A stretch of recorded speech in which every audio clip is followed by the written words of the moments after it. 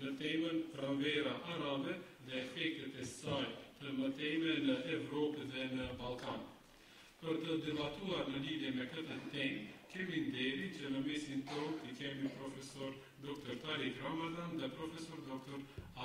Caksu. Të nderuar të pranishëm.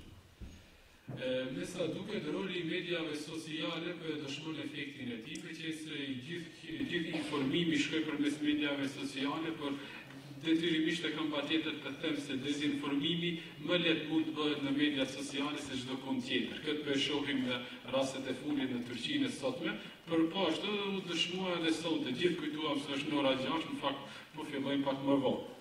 Vitin e kaluar, kur e kishim nderin, ta kemi profesor Tarik Ramadanin mysafir në Shkup, me rastin e promovimit të librit të tij të Jesh musliman i Evropës, patë u zhvillua një debat akademik dhe pas saj patëm nderin që të kemi një debat ose një bisedë pak si më të përbashkët me disa të rinj të Shkupit, dhe definitivisht kam bindje se të gjithë pjesëmarrësit në atë debat u ndanë plotësisht të entuziazmuar nga biseda që u zhvilluan nga temat të cilat u trajtuan.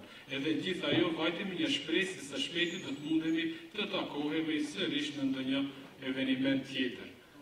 Dha Zoti që me rastin e aktiviteteve të EMN-s, European Muslim Network, rrjeti të muslimanëve të Evropës, të cilët e kanë shtrirë vazhdën e aktiviteteve të tyra pothuajse në shumë vende të Evropës, ndërta edhe në Maqedoni. Kam nderin se edhe një mik im personal që është antarësuar në këtë rrjet. Në rastin e konferencës ose mbledhjes së European Muslim Network në Shkup, e shfrytzuam rastin në kuadër të këtij aktiviteti, ti kemi këtu me ne sot profesor Tarik Ramadanin dhe profesor Caksu. Për arsye objektive, zotëri Ibrahim Elzaja nuk do të jenë prezent. Unë po mundom të them shpejt gjërat, për shkak se po duhet të jem sa më i shkurt që mos ju marr më tepër kohë. Për ata të cilët nuk kanë ndonjë informat shtesë, besoj se gjithë kemi, por do të duhet shkurtimisht nga 2 paragrafe të lexoj për biografitë e zotërive të cilat janë prezent me ne. Profesor Tariku ka magjistruar në filozofi dhe në letërsi frenge, ka doktoruar në gjuhën arabe dhe në studimet islamike në Universitetin e Gjenevës. Në Kairo dhe në Egjipt ka ndjekur studimet klasike intenzive të drejt për drejta për islamin nga dietar eminent të Universitetet e Ezherit. Profesor Tariku është profesor i studimeve moderne islame në Universitetin e Oxfordit, Institutin Oriental, Kolegjin Shën Antoni. Ai po ashtu ligjeron në Fakultetin e Teologjisë në Oxford dhe është profesor vizitues në Katar, Fakulteti i Studimeve Islame dhe hulumtues senior në Universitetin Doshisha në Kyoto të Japonisë. Ai po ashtu është drejtor i CIL-s, Qendrës për Legjislacion dhe Etikë Islame në Katar.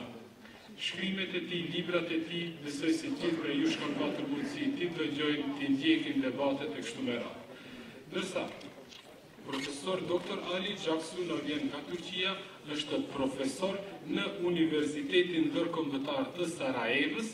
Studimet i ka kryer në Turqi në Universitetin Boğaziçi, ndërsa studimet postdiplomike, master dhe PhD në doktoraturën, do me thënë, në Malezi. Ka punuar si profesor në Universitetin Fatih, në Universitetin e Gjenevës dhe në Universitetin e Sarajevës, ku besoj se dhe aktualisht punon. Këta ishin informatat cilat i mora nga webfaqja e EMN-s për të qenë më të sakta dhe më të përpikta lidhur me atë çka do të përmbajë debati i sotëm. Tash vërtet për ta shkurtuar çështjen, nuk do të vazhdoj ta lexoj edhe këtë pjesën e ekspozit që e planifikoja ta them në gjuhën angleze, vetëm disa fjalë shkurta në gjuhën maqedonase. Poczytuwani prisutni, prvi poželujem dobrodošli, izvinjavam za to što malce pokasno počnavme će započneme so debatata, se nadavam na razbiranje i v odnos na prevodot, bi sakal da vi napomenam, дека преводот ќе оди од англиски на албански, преводот ќе биде консекутивен, оние што работеле превод знаат дека консекутивниот превод или се следи значењето, а не зборовите, така да ќе се обидам што помалку да им одземам или да им наблегувам во збор на господата. Okay, so dear panelists, dear Professor Tarik and Professor Caksu, I would like at the beginning to pose to both of you a question which is related, of course, to this our subject, the Arab Spring, but now lately we are facing with another allegedly or so-called spring, whether it is spring or winter, we will define afterwards. But let's say today in Skopje there was a rally, and not only in Skopje, but in many towns around Macedonia in support of the current Turkish Prime Minister about his actions that he is taking in order to deal with issues or with the challenges that lately have occurred in Turkey. Before that, like 10 days or 2 weeks ago, there was a rally in front of the Turkish embassy in Skopje, organized by certain or particular NGOs in supporting to those in Gezi Park in Turkey. I wanted to ask both of you, do you find this as a kind of domino effect of the Arab Spring that is coming this way, or is it something completely different, some influence or impact from some other sources? So, Professor Caksu, would you like to start first? It's on you. Assalamu alaikum. According to me, this is quite different than the Arab Spring. Actually, I will refer to it in my talk. But similar things also happens in Europe. So to say it is a domino effect is not very easy. And the one in Turkey is actually quite different than in the Arab world. It started just as a protest of some cutting of some trees in a park, where there will be a historical building. They would restruct a historical building, and part of it might be a shopping center. This was the what was said in the mass media. Even people don't know what will be there. So it started actually a long time ago as a protest in the park. But it was a peaceful protest. They were doing it for maybe 1 month or longer. But later the thing turned out to be very political, and it turned out to be a political movement aiming to collapse the Erdogan government. And it had quite much support from abroad. Jo, absolutisht nuk beson profesori se kjo ka ndonjë lidhje me domino efektin që e përmendëm, dhe me thënë nuk ka të bëjë as pak me kurfar lidhshmërie nuk ka me Pranverën Arabe, për shkak se fillimisht ato u iniciuan si protesta paqësore në mbështetje të disa environmentalistëve dhe pastaj vazhduan me disa kërkesa tjera politike. Yeah, in my talk I will refer to it, to the details. In a short time there was violence in Istanbul, but violence was two-sided. They said that police reacted very harshly, which is correct, I think, to some extent, to the demonstrators. U vërtetua se pa dhunë në Istanbul, për dhunë ishte dyanshme, mund të thuhet se policia në disa raste edhe ndërhyri pak me forcë pak më ekstensive, me forca më të rrepta, të themi. But there was also violence, equal violence, even more, by many demonstrators, not all of them. They burned down cars, some buildings, etc. Mirë po dhunë kishte shumë edhe nga demonstruesit, jo të gjithë, por një pjesë e madhe e tyre, të cilat ndezën vetura, ndezën shitore, objekte, kështu me radhë. It seems that they saw this as an opportunity, like a revolution. And of course, revolutions usually have violence, so probably they saw it quite a normal thing. Duket se ata konsideruan këtë ose e trajtuan si ndonjë revolucion, dhe në revolucion zakonisht haset dhunë, edhe ato u nisën nga ky kundërshtim. The major mainstream mass media in Turkey did not cover the events as the demonstrators wanted it to see. Mediumet kryesore në Turqi nuk I mbuluan këta ndodhi, këta evenimente ashtu siç demonstruesit dëshironin të shfaqeshin në media. That's why demonstrators often used mass media, especially Twitter and Facebook, a lot. Prandaj demonstruesit në mas të madhe I shfrytzuan mediat sociale, siç ishte Facebooku dhe Twitteri. And as we know on mass media, this social media, there are everything. There is truth, there is falsehood, and there are fake images. Dhe si që dim në për media sociale ka shumë gjëra, ka të vërteta, ka gënjeshtra, ka trillime, ka imazhe apo fotografi të montuara. Obviously, outside Turkey, many also countries, politicians, mass media, representatives of mass media, saw it as a chance to pressurize Turkey. Po edhe jashtë Turqisë shumë shtete, shumë mediume, shumë qendra ndikimi I pa në këtë ngjarje si një mundësi që të bëjmë presion ndaj Turqisë. For instance, a friend of mine who lives in Istanbul is Italian. He wrote that many Italian newspapers wrote in the first days of these demonstrations that many people died in the demonstrations. Shembull, një miku im italian nga Stambolli do të më ka informuar se në ditët e para në shumë gazeta italiane është shkruar se shumë demonstruese kanë humbur jetën. This was totally incorrect and not a single person died in those days.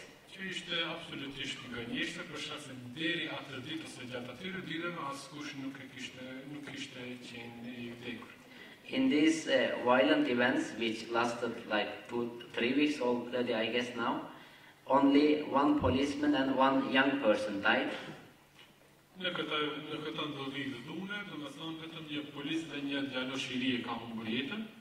And actually both of them died, unfortunately, not in the clashes, but in some other events, like related things. Për fat të keq që të dy, në fakt të humbën jetën jo në kasafytje të drejt për drejta, por në ndodhi sekundare të themi. The policeman fell down to somewhere, died, and the young man, we still don't know how he died, because there were clashes, so in between Por he died. polici është konfirmuar se ka humbur jetën si rezultat I pasojë një rënje që ka pësuar, ndërsa për të riun ende nuk është konfirmuar arsyeja e vdekjes. We know that he wasn't shot by the police because the police never shot like real bullets.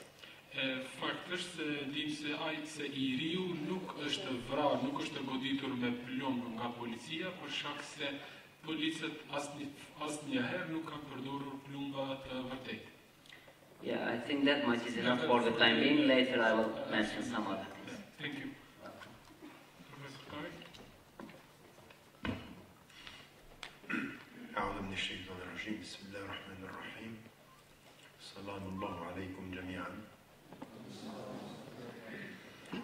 Let me just start by thanking you for inviting us here and organizing this with the European Muslim Network and the brothers here and the sisters of course. Profesor Tariku po na falenderoj, fillimisht falenderimet I takon Allahut dhe shano pastaj na falenderoj për ftesën e bërë ndaj të prej nesh deri te ai dhe vëllezërit e motra tjera.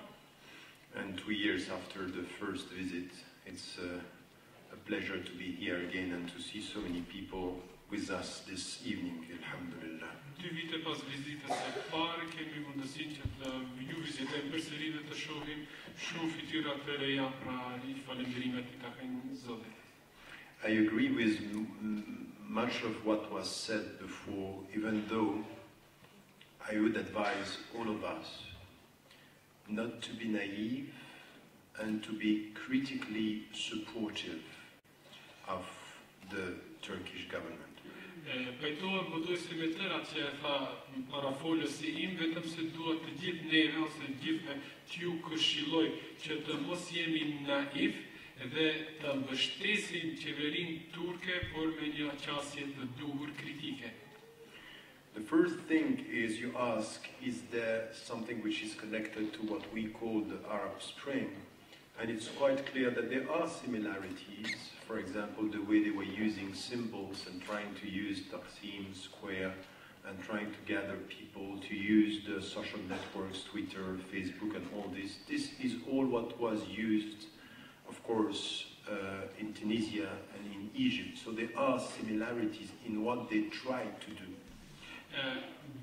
Parimisht ka ngjashmëri lidhur për më thënë pyetje u parashtrua sa kemi lidhshmëri me Pranverën Arabe, ngjashmëri ka për shkak se kemi ngjashmëri në lidhje me mënyrën se si u përdorën mediat sociale, se si u përdor qendra e taksimit, do të thotë ka ngjashmëri mund t'i bëjmë me rastin e Tunizisë dhe me rastin e Egjiptit. Now, Erdogan's government is not Mubarak or Ben Ali's government. It's an elected prime minister. More than 50% of the people who are supporting him. So here we are dealing with a democracy, with a government which was elected and supported by more than half of the Turkish people.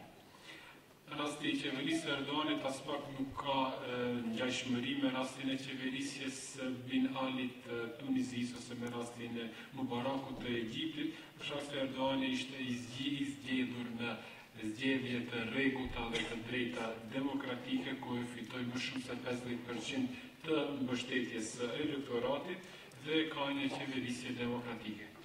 Two things are, in fact, weakening the current government. And the first one is foreign policy. Ahmed Davutoglu, the foreign minister, was very strong in his policy, no conflict at the border. And Syria, and what is happening in Syria, is a very important and serious situation for the future of the region. Dy gjëra janë të cilat e dobësojnë pozitën e qeverisë së tanishme turke. Pika e parë është çështja e politikës së jashtme të Turqisë. Ahmed Davutoglu, ministri I tanishëm I Turqisë, fuqishëm e mbështette idenë ose qasjen e paqes ose mos të ketë luftë ose mos të ketë konflikte të hapura në kufijtë e Turqisë, ndërsa Siria tani në mënyrë serioze po e cënon këtë qasje të shtetit turk. The second thing, and I think that we have to talk about this, is from within, is domestic policy, is the fact that what is now at stake within the system is to go from a prime ministerial system and regime to a presidential regime, with Erdogan being now the prime minister and becoming the president.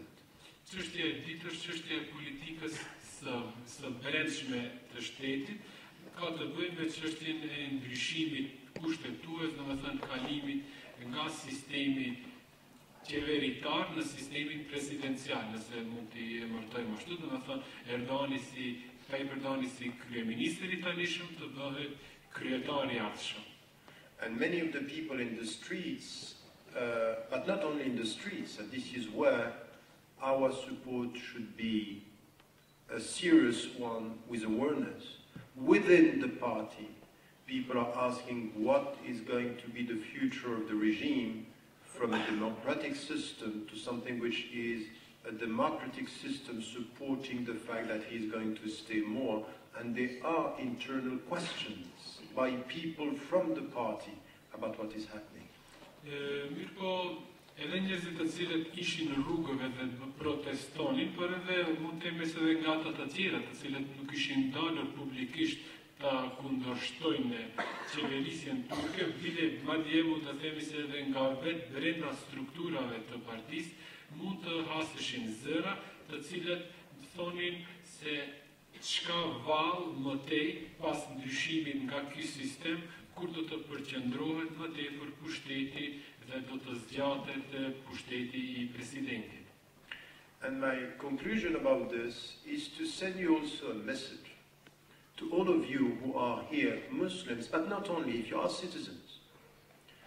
When we speak about democracy and we speak about shura, the people who were with the Prophet ﷺ were and dared to be critical by saying, our support when it comes to worldly affairs is to be critical because this is the way it should be. Porosia ime në drejtuar juve qoftë si musliman për dhe jo vetëm ashtu edhe si qytetar të zakonshëm, se në demokraci duhet të ketë ajo që ne emërtojmë shura, konkluzion ose marrëveshje e përbashkët, këshillim i ndërsjellë. Pra, edhe shokët e të dërguarit Muhamedit alayhis salatu wassalam, edhe ata për çështjet të cilat kishin të bëjnë me botën, për çështjet e botës, për çështjet që nuk kishin të bëjnë drejt për drejti me doktrinat fetare, dhe ishin kritik dhe çdo herë kërkonin që të arsyetohet ndonjë vendim i tillë. So we all know, and it was been said, and I agree with this, that all this is instrumentalized behind all this discussion about alcohol. This is instrumentalized by people who want to throw away the government. But three questions. The first one, the way it was dealt with from the very beginning, and the statements that came from the Prime Minister, were they the right way to respond to the people in the streets? Question one, which was asked not only by me, but people within the party, up to the president. Ne gjithë pajtohemi se këto dukuri, këto ndodhime të edhe janë instrumentalizuar, apo banalizimi se do të ndaloj alkoolin e kështu me radhë. Mirë po, janë tre pika të cilat vërtet duhet merren me plot seriozitet. E para, trajtimi nga vetë udhëheqësia e qeverisjes turke ndaj çështjes së protestave, deklaratat e kryeministrit e kështu me radhë. Këta në një farë mënyre u shqirtuan ose nuk u mirëpritën aq jo vetëm nga jashtë, por edhe nga vetë struktura e brendshme e partisë. Second question, and this is a fair question. The system is changing. You all heard about what happened in Russia, when Putin from president or prime minister became president and became again prime minister. And we have to ask the question of success. And this is once again not a question I'm asking. I'm not alone to ask this question. People from within are asking, what is the future of the Turkish regime and what is the way this democratic process is going to be dealt with? The success for a leader is not only economic terms. The successful leader is the one who leads and is able to lead. And this is what Erdogan himself said to Mubarak. Remember, you should know how to lead. Si pike dytë, që është po ashtu me rëndësi, për çështja e ndryshimit të sistemit. Do të vetë çështja se po ndryshohet nga një sistem politik, po kalohet në një sistem tjetër, vetë ju jep pak një qasje kritike se çka pas kësaj. Përshtypja ishte natyrisht e keqe me rastin e Rusisë dhe me rastin e Putinit, i cili herë bëhet kryeminist, herë kryetar dhe çdo herë bën një rotacion dhe e ka koncentruar pushtetin në duart e tij. Pastaj, çështja e ardhmërisë së regjimit dhe suksesi i mëtejshëm i punës së tillë. Në fakt, nuk jeni të suksesshëm nëse jeni vetëm të mirë në politikat ekonomike të cilat i keni bërë. Sunduesi i mirë ose udhëheqësi i mirë, në fakt është ai i cili din edhe të largohet. Këta fjalë vetë Tayyip Erdoğani ja kishte thënë Mubarakut në një vizitë të tij. And the last point, I am supportive of the government. I am critically supportive by saying still, in Turkey today, we have to listen to what half of the people are saying.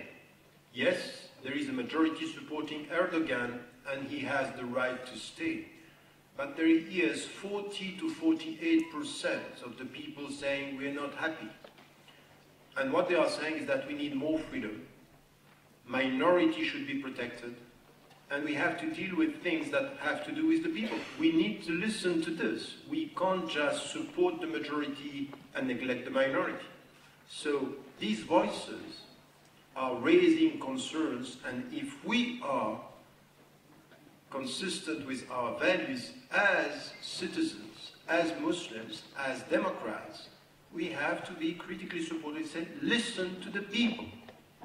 Yes, you are good in economy, you should be better in politics. Dhe pika e tretë, në fakt, në lidhje me mbështetjen, për vetë profesori po thotë se unë jam mbështetës kritik i qeverisjes së tanishme të Turqisë. por mbështetja si e tillë nuk do të thotë se duhet t'i neglizhojmë ose t'i marginalizojmë kërkesat apo dëshirat e një pjesë tjetër të elektoratit e cila është pakicë. Ajo mund të jetë 40, mund të jetë 48%, pavarësisht. Pastaj çështja e lirisë dhe çështja e mbrojtjes së vullnetit të minoritetit. Domethënë ne, si udhëheqës të cilat përmbajnë vlera islame dhe demokratike, gjithnjë duhet ta kemi parasysh edhe mbrojtjen e asaj pjese e cila është më minoritare. So, okay, thank you for this part. Besoj se me këta përgjigje, veç më tepër ndoshta e kemi ndezat këshillin dhe entuziazmin tuaj, për shkak se ndoshta jo çdo kush prej jush mund të pajtohet me konstatimet e këtilla, për këta ishin opinionet e profesorëve. So now we will continue with the rest of our debate. So, as the subject of the debate was Arab Spring and its subsequent effects in Europe and Balkans, I would like now to give you the floor, Professor Tarik, and in about 20 minutes max to give us... yeah, let us change the order. Or for me either. Then, yeah, that doesn't change anything. Then I will give the floor to Professor Ali, saying 20 minutes would be sufficient, but you know we are not Swiss clocks, so we are a bit more flexible in that regard. This is for me. Sure. I am happy to be here in Skopje. This is my third time in this beautiful city. I will talk about some possible influences of the Arab Spring in Europe and also mention Balkans some. I am living in Balkans in Sarajevo as presented in the beginning. So these are my observations actually from a bit outside Europe, let me say. Although they say Turkey is in Europe, but we don't see it that much. Or even Europeans don't see it that much. Kjo është era ime e tretë që vi në Shkup, më kam kënaqësinë poshtë të veçantë që jam në mesin tuaj. Në lidhje me ekspozën time, në lidhje me çështjen e temës në fjalë pra Pranvera Arabe, do t'ju jap një këndvështrim i cili është pak më shumë jashtë Evropës, jo që Turqia nuk synon të jetë pjesë e Bashkimit Evropian, por është pak çështje e vullnetit se kush këtë dëshiron brenda BE-s. So my presentation, I guess, will be like an outsider's view, while Dr. Tarik Ramadan will probably provide like more insider's view. So I will not... From Switzerland. Yes, so I will not go into detail much. Mine will be like observation, maybe Turkish perspective, a bit Balkan perspective maybe. Këndvështrimi im do të jetë më tepër si një personi të jashtëm, ndërsa sigurie për Tariku do të jetë nga këndvështrimi prej brenda, meqense ai është thjesht nga Zvicra. About the Arab Spring, I will not go into detail what happened. What the so-called Arab Spring is still continuing in some countries. It seems so, like in Syria. We don't have much information on what's going on in Libya. Mass media doesn't write much about it. Whereas it is in another phase in Egypt. Në lidhje me Pranverën Arabe, edhe pse nuk do të futem mjaft në detaje, mund të them se ajo si e tillë ose si procesi filluar ende nuk e ka parë fundin, meqense ngjarjet në Siri në vërtetojnë të kundërtën. Nga ana tjetër edhe nuk kemi shumë informacione në lidhje me rrjedhat në Libi se si po rrjedhin gjërat pas rënies së pushtetit paraprak. As you know, there are two major views about the origins of the Arab Spring. One of them focuses on internal developments or domestic dynamics, I can say. Dy këndvështrime kam në lidhje me Pranverën Arabe. I pari është, domethënë, është nga zhvillimet e brendshme ose dinamikat e vendit. It seems the developments within the Arab Spring more from inside. because of certain reasons, years, decades of injustice, poverty, and corruption, and the dictatorship, etc. Pranvera Arabe, domethënë Kopinis është produkti I revolucionit të brendshëm, ka është iniciuar për shkak të diktaturës, dhunës, persekutimeve, varfërisë e kështu me radhë. So this was a process, people had suffering, and at some point people started to react to it in a different way. Njerëzit kanë vuajtur dhe si rezultat I asaj kanë filluar të veprojnë në mënyrë pak më ndryshe. The second view is usually centered on foreign influence, like foreign design, planning, and influence, we can say.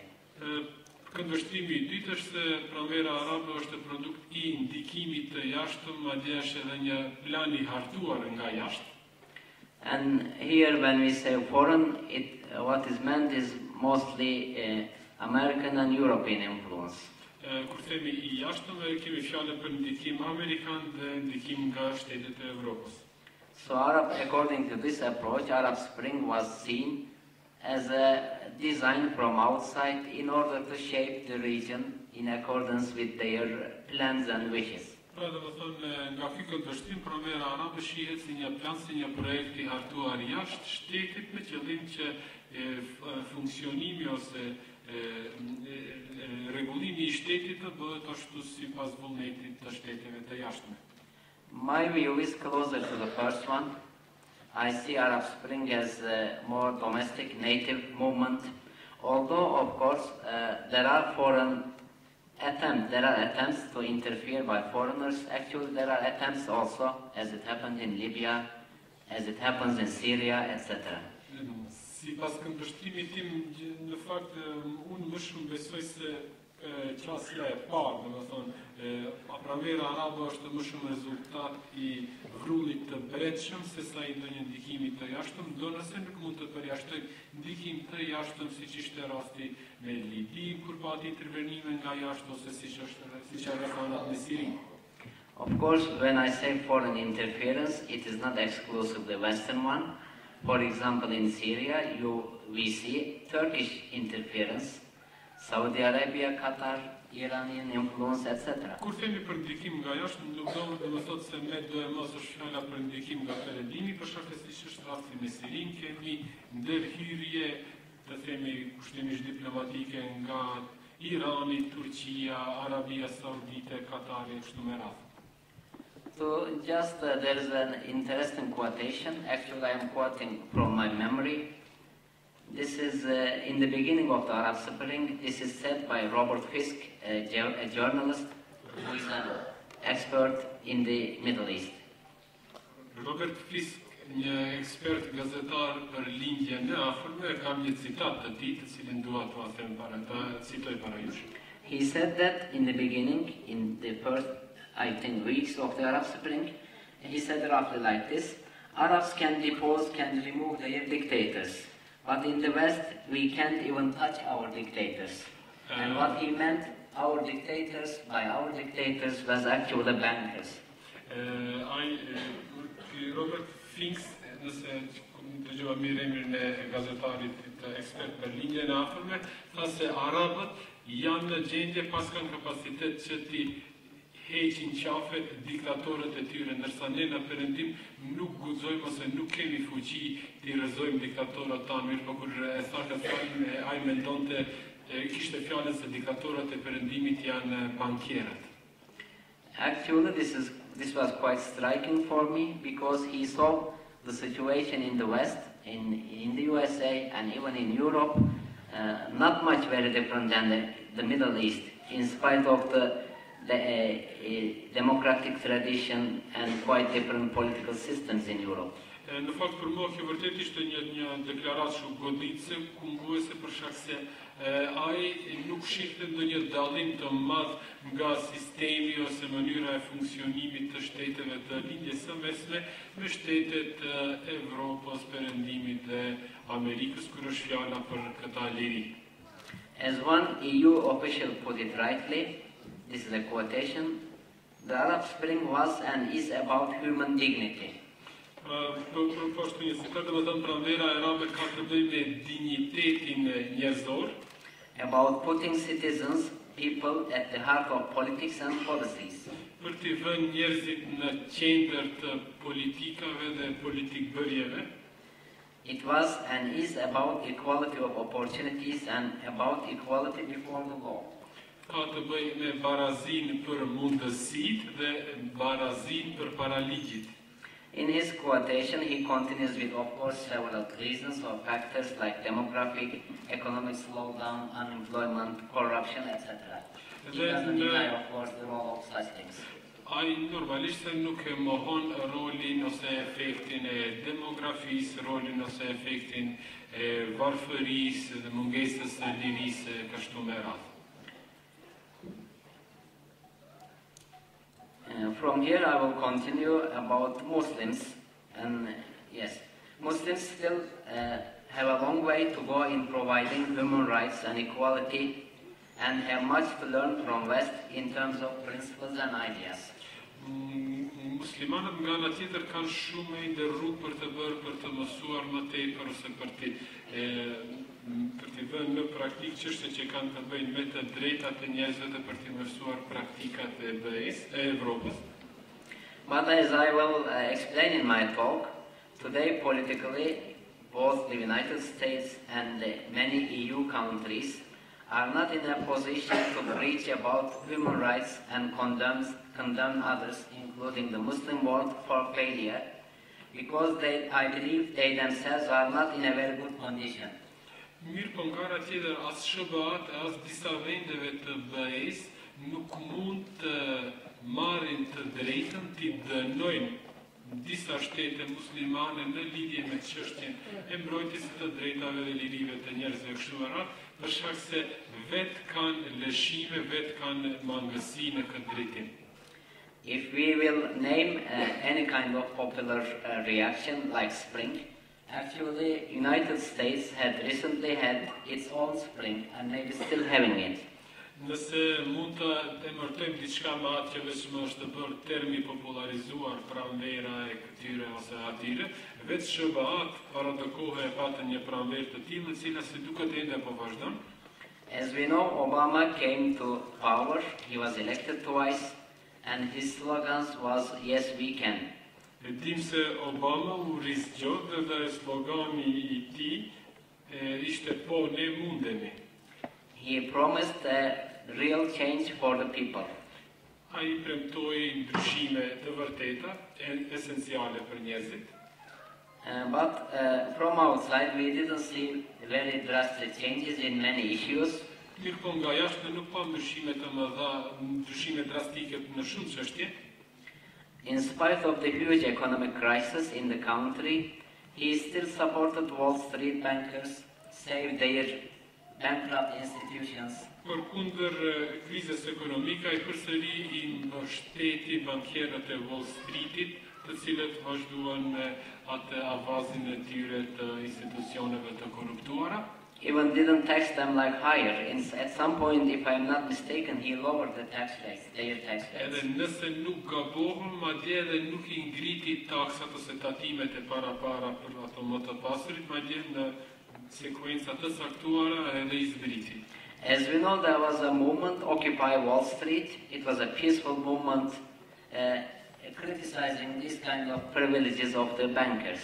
E dim atë lëvizjen Occupy Wall Street ose okupojeni Wall Streetin, ishte domethënë një lëvizje kundër këtij perverziteti dhe kësaj sjellje të bankierëve. Obama, in fact, even failed to close down Guantanamo base, where many Muslims were tortured on the allegations of terrorism. Obama po ashtu dështoi edhe në mbylljen e bazës Guantanamo, në të cilën shumë musliman ishin të arrestuar dhe ende janë të arrestuar në pretendimin se kanë kryer akte terroriste. Now, today, in the name of security, quite basic individual freedoms are sacrificed in the United States. Sot në emër të sigurisë nacionale, shumë të drejta individuale të njerëzve janë të shuara ose të viktimizuara. There are now several laws in the United States according to which police can arrest anybody for an indefinite time without informing his family members and even lawyer. Shembull ka disa ligje ose të them rregulla ligjore sipas të cilave policia ose personi i autorizuar ka të drejtë të burgosë ose të arrestojë ndonjë person për kohë të pacaktuar dhe për gjatë asaj periudhe nuk e ka për detyrë të informojë anëtarët e familjes së tij. Another very strange discussion is about use of drones at home in the United States. Use of drones. Use of drones. Vehicles without men for bombing. Okay. Tjetër do të thonë është përdorimi I këtyre fluturakave pa pilot, çka emërtohen. We know that drones were used in Yemen, Afghanistan, Pakistan in order to kill so-called terrorists, like from the sky. Vedim se fluturaket e tilla janë përdorur në Afganistan, Yemen ose Pakistan për të eliminuar të ashtu quajtur terroristë. Now the debate is whether USA government or administration can use it inside America for security. Tani debati është a mund tani udhëheqësia shtetërore ose forcat e sigurimit të përdorin fluturaket e tilla pa pilot për të intervenuar me qëllim që të mbrohet siguria e shtetit. So just one last point about America before crossing to Europe. As we know, targeted killings, these drone attacks. Në të pikë e fundit për shëbat, do të thotë po ashtu vrasjet e targetuara, do të thonë po ashtu sulmet me fluturake pa pilot. Like torture aircrafts, which America used for a long time outside the country. Ato avionët të cilët përdoren enkas për torturim, të cilat I mban Amerika jashtë territorit të shëbave. And recently we have Hollywood movies justifying torture in the name of security. Dhe kohëve të fundit patëm edhe filma të zhvilluara në Hollywood, të cilat e justifikojnë torturën në emër të sigurisë shtetërore. So these are some of the things which we see, and they are very closely related to basic human rights. Këta pra janë disa nga çështjet të cilat I shohim dhe kanë lidhshmëri të madhe me të drejtat themelore njerëzore. Our topic is mostly Europe, but I just felt the need to mention America because of its widespread influence in mass media and the world. Edhe pse tema jon ka të bëjë me Evropën, por e kisha patjetër ta përmendje edhe Amerikën për shkak të shtrirjes së saj të madhe anë kënd botës qoftë përmes kontrollit të mediave e kështu me radhë. In Europe, in recent years, we have important developments, and one of them is the economic crisis. Në Evropë kohëve të fundit kemi pasur zhvillime të ndryshme, njëra ndër këta zhvillime ishte edhe kriza.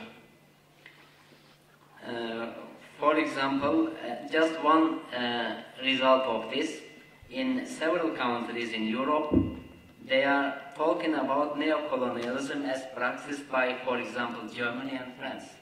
Në veç në disa shtete të Evropës ose të BE-s, më mirë të themi, veç më flitet për një formë ose trajt të neokolonializmit si praktike ushtruar nga, për shembull, Gjermania ose Franca. In several countries, there are widespread anti-EU sentiments. Në shumë shtete, në masë të madhe, janë të përhapura ndjenja të kundër BE-s. Some countries claim that their industry, their economy were destroyed by some countries like Germany. Disa shtete ankohen se industria ose ekonomia e tyre është shkatruar nga shtete tjera, si për shembull nga Gjermania. Like we can count among these countries Greece, Slovenia and some others. Ndër këta shtete janë Greqia dhe Slovenia, por edhe disa shtete tjera që kanë ankesa të këtilla. And many people who are from the EU member states feel that they are like second-class citizens. Dhe shumë njerëz të cilët vinë nga vendet anëtare të BE-s ndjehen sikur të jenë qytetarë të dorës së dytë. Like Bulgarians, Romanians, Eastern Europeans, they were often seen as cheap labor. Bulgarët, rumunët, por edhe banorët e shteteve nga Evropa lindore shpesh herë përdoren si forcë e lirë e punës. and they become victim often to discrimination. Dhe si punëtor të lirë shpeshherë bëhen edhe viktima të diskriminimit. On the other hand, in central countries in Europe or older members of the Europe, we have rise of racist parties. Nga ana tjetër, në vendet qendrore të Evropës ose në vendet të cilat ishin edhe më herët në BE, kemi një dukuri tjetër, domethënë po përhapet racizmi. Unfortunately, we see a rise of racism and xenophobia, including Islamophobia, in several countries. Për fat të keq, në disa shtete vërehet racizmi, vërehet xenofobia dhe islamofobia. Foreigners are often, like immigrants, are often accused for stealing the jobs of the local people. Të huaj gjithësisht imigrantët shpeshherë shihen ose konsiderohen si persona të cilat vinë dhe vazhdon vendin e punës banorëve vendas. With this, maybe I put a very negative picture of Europe, but this is how some people see outside Europe or in some member countries of the European Union. Këtë ndoshta kjo është një pasqyrë pak më e zimtë ose më e keqe e Evropës, por në fakt kjo është një këndvështrim nga qoftë nga jashtë Evropës ose edhe një këndvështrim nga disa vende të cilat janë shtete anëtare të BE-s. So I believe that Europe has lost its moral advantage in terms of democracy and human rights. Besoj se Evropa e ka humbur atë përparësinë, atë avantazhin moral në lidhje me trumbetimin, në lidhje me kërkesën që njerëzit të respektojnë të drejtat e njerëzve dhe liritë. This is the perception, especially in Turkey. Në veç aty ky është një perceptim nga Turqia, një këndvështrim nga Turqia. In the past, like we were talking about double standards applied by Europe, but now often we call it hypocrisy. Në të kaluarën vërehishin ato tash të quajtura standarde të dyfishta, mirë po ato tani konsiderohen ose trajtohen si hipokrizi. One recent example, not very recent, but the recent decades, example was from Sarajevo during the war. Një shembull I cili ndoshta nuk është shumë I parafort, por para një dekade të themi kemi rastin me luftën e Bosnjës në Sarajevo. As a French intellectual put it during the war in Bosnia, Europe died in Sarajevo. Një intelektual francez nga Evropa kishte humbur jetën në Sarajevo. Actually, many people have lost their faith in democracy, but of course this is not peculiar to Europe only. This is a global trend. Shumë njerëz e kishin humbur besimin në demokraci, mirë po kjo nuk ka të bëjë vetëm me Evropën, është një trend global. One last thing about European Union is the Turkish case. Now in Turkey, nobody actually talks about entering the Union. They don't have hope. Actually, they see that not many countries in Europe want it. Rast tjetër që ka të bëjë me Evropën ose me BE-n është çështja e Turqisë. Vetëm në Turqi edhe nuk ka ndonjë dozë të shpresës se një herë Turqia mund të bëhet bashka anëtare e BE-s. While the political developments are like this, from my perspective, the economic situation seems also quite negative in Europe. Këta ishin kështu një qasje në lidhje me zhvillimet politike, mirë po dhe zhvillimet ekonomike në Evropë janë po ashtu mjaft negative. Some people have fear, some Europeans have fear for uprisings, rebellions, and even revolution in Europe. Njerëz të saktë masa të ndryshme në Evropë kanë frikë nga ndonjë lloj kryengritjes apo trazirës ose revolucionit që mund të iniciohet në Evropë. They are even talking about a war in the continent. Madje edhe flasin për ndonjë luftë të mundshme në kontinentin e vjetër. Some time ago, German Chancellor Merkel said the following. Merkeli, kancelarja gjermane, para disa kohe kishte dhënë këtë deklaratë. If economical system collapses in Europe, nobody can guarantee that we won't have a war in the continent. The quotation is from my memory. If the economical system collapses, nobody can guarantee that we won't have a war in the continent. Kjo është një citat dhe më thosë nëse sistemi ekonomik në Evropë pëson kolaps, atëherë askush nuk mund të garantojë se nuk do të ketë ndonjë luftë në kontinent. We should just remember that the latest wars in the continent were the two world wars, which influenced the whole world. Edhe e dim se dy luftat e fundit që kishin ndodhur në kontinentin e vjetër ishin edhe dy luftat e vetme që emërtohen luftat botërore. So another example by German Finance Minister Wolfgang Schäuble, he warned that failure to win the battle against youth unemployment could tear Europe apart. Ministri I Finansave I Gjermanisë Wolfgang Schäuble ka thënë se dështimi në fitimin e betejës kundër papunësisë të rinjve mund ta coptojë Europën. And he said that if we leave our welfare system and follow like US standards, that can start a revolution in Europe. Dhe tha se nëse ne praktisim sistemin ton të mirëqenies dhe fillojmë ta ndjekim sistemin amerikan, atëherë ka gjasa të iniciohet ose të shpërthejë revolucion brenda Evropës. In fact, the term European Spring is used by many people in Europe. Madje edhe termi Pranvera Europiane përdoret nga shumë njerëz në Evropë. These discussions came in this time. I believe there are some sort of indirect influence in Europe of the Arab Spring. Në këtë këndvështrim besoj se mund se ka një dozë të ndikimit të pranverës arabe në vetë Evropën. There are calls for a European Spring by many people criticizing the bankers and the financial system. Ka shumë njerëz të cilët bëjnë thirrje për pranverën arabe duke kritikuar bankierët dhe sistemin financiar. By politicians also we hear the same things. Dutch politician Geert Wilders said that Europe is going towards the European Spring. Geert Wilders, politikan nga Holanda, ashtu një gjë të ngjashme ka cituar se Evropa është duke shkuar në drejtim të pranverës evropiane.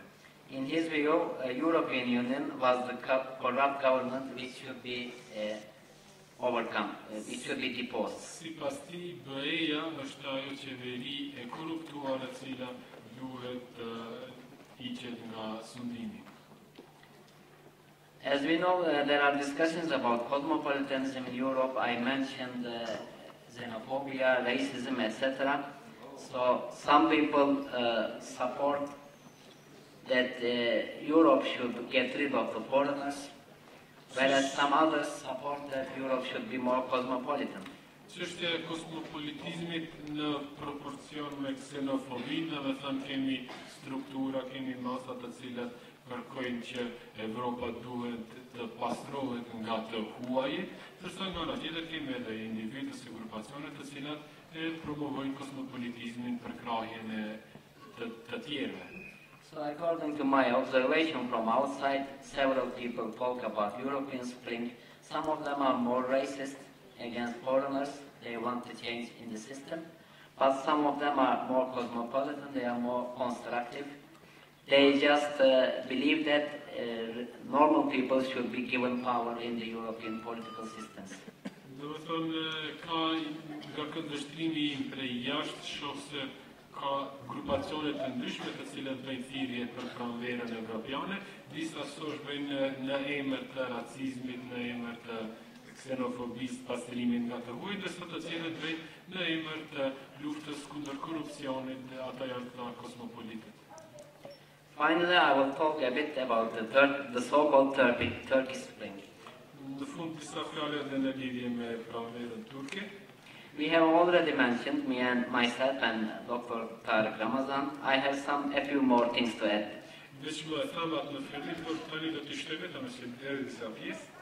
So in Turkey, they openly, in the beginning of the demonstrations, they openly mentioned the Taksim Square becoming a Tahrir Square.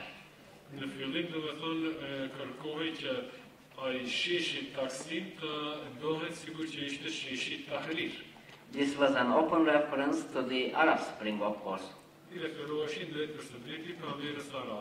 and the Egyptian case especially. So as Dr. Ramadan said, we should be critical about the developments, we should be calm in our evaluations, rather than supporting one side blindly or the other side. Profesor Tariku duhet të jeni kritik në trajtimin e ndodhive, duhet të jeni të qetë në evaluimin, ndërsimin e gjërave, edhe mos i shohim gjërat, mos i trajtojmë, mos i gjykojmë gjërat si mbyllur. Demonstrations in Istanbul started about the park, but the protesters referred to some other problems in the country, political problems, some of them. Demonstratat u iniciuan si rezultat i një parkut, më pastaj demonstruesi i zgjeruan kërkesat për çështje tjera politike brenda shtetit. Turkey is economically in a good situation, and there have been a lot of reforms and improvements, but still we have several problems in the country. Ekonomikisht Turqia për momentin është e fortë, ka pasur zhvillime dhe përmirësime, në këtë drejtim për megjithatë në shtet ka probleme. Corruption has been decreased to a great extent, but still there are corruption in some sectors, in some municipalities, etc. Korrupsioni është minimizuar, mirë po ende haset korrupsion në për komuna të saktuara në nivel komunal, themi. We can mention, for instance, demonstrators complain about control of the press, the newspapers, the TV stations especially. Demonstruesit kanë koshin për kontrollin e mediave, gazetave, televizioneve e kështu me radhë. This is also, to an extent, it's correct. Që dherë në një formase kanë të drejtë. But I will mention one or two more problems. For instance, why the media is corrupt, there is control in the media in Turkey. It is not by police force, because media was owned by big businessmen. Në lidhje me kontrollin e mediave, akuzat mund të themi se mediat nuk kanë qenë të kontrolluara, të themi nga forcat policore për shkak se ata janë në duart e biznesmenëve. Big businessmen see media as a support to their own business. Ata shohin si mbështetje të biznesit të tyre. And they want to have good relations with the current government, which is very strong. Dhe dëshirojnë të kenë raporte të mira me qeverinë aktuale, gjë që është lidhje e fuqishme mes tyre. And Tayyip Erdogan does not call these media owners and threatens them. He doesn't do such a thing. Tayyip Erdogani nuk I thret që t'ju kërcënohet këtyre pronarëve të mediumeve. Sometimes, just in order to be close to government, to get contracts, etc., they self-censor. They cover the news in the way the current government would like. Ata ndonjëherë vetëm se që të tregojnë afërsinë ndaj qeverisjes aktuale, kur e bëjnë prezantimin e lajmeve, e prezantojnë në atë formë që do të ishte më e kafshme ose më e favorshme për pushtetin aktual. But on the other hand, there are some newspapers and even columnists, they are openly attacking Tayyip Erdogan and even insulting him often. Madje burgara tjetër ka gazeta dhe kolumnistë të cilët në shkrimet e tyre shpesh e kundërshtojnë Tayyip Erdoganin, madje edhe në disa përmasa edhe ofendojnë personalisht. Can you ever insult a dictator in your newspaper openly? A mundet nëse nga ana tjetër e quajmë diktator, a mundeni publikisht ta ofendoni ndonjë diktator në gazetën tuaj? Of course, this is not possible. Natyrisht se nuk është e mundshme. Often Tayyip Erdogan goes to the court, just takes those people to the court in order to he sues them. Shpesh Tayyip Erdogani personat e tillë, do të thonë ngret pati individuale ndaj personave të cilat e kanë ofenduar ose I kanë shpikur temi ndonjë farë afere, personalisht I padit në gjyq. So I mentioned some problems which exist in Turkey, but I see them as systemic problems. They did not start with Tayyip Erdogan. They continue for a long time like this. Përmenda disa probleme të cilat kanë të bëjnë me qeverisjen e Turqisë, por natyrisht ato probleme nuk kanë filluar me Tayyip Erdogan, ata janë probleme sistemore ose probleme të sistemit, për shkak se kanë qenë të tilla edhe para qeverisjes së tij. So what we need to do is criticize constructively, reform the system and improve the system. Ato që duhet të bëjmë është që të kritikojmë në mënyrë konstruktive edhe të ndihmojmë që sistemi të përmirësohet dhe të reformohet. So And during these events, there was one discussion whether the events were designed by the outsiders, by the Westerners.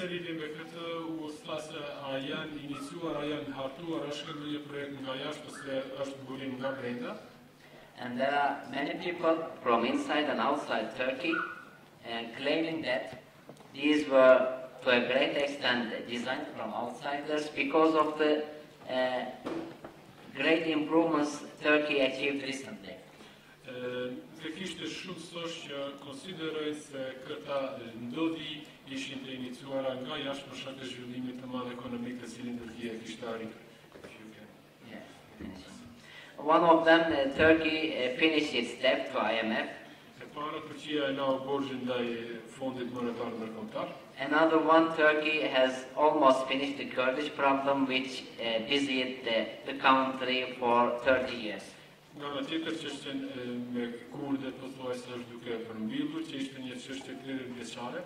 Another one, Tayyip Erdogan, also cut off the wasted interest. He weakened the establishment.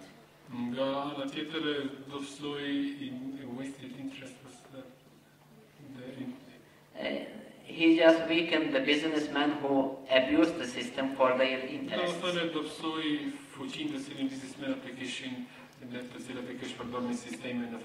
So many people in Turkey believe that these events happened because of the good developments in Turkey. Actually, my last sentence, there is another party, Turkish Nationalist Action Party, headed by Devlet Bahçeli.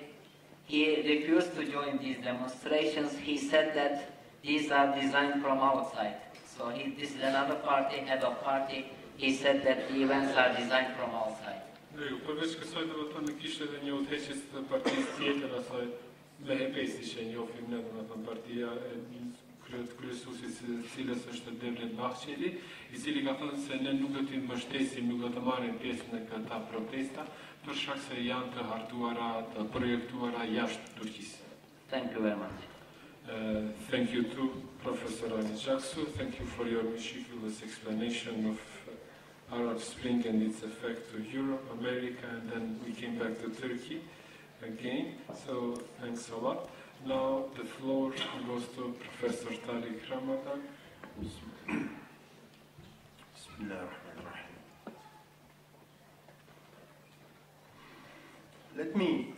There are many things that we agree upon and many other things on which we may disagree. But I have an introduction to propose to my short talk on what is happening and in which way it's connected. Për shumë gjëra mund të vajtohemi, më të këtë gjëra për të cilat mund të mos vajtohemi, kam një hyrje të cilën duhet ta propozoj, ose një prezantim në fakt.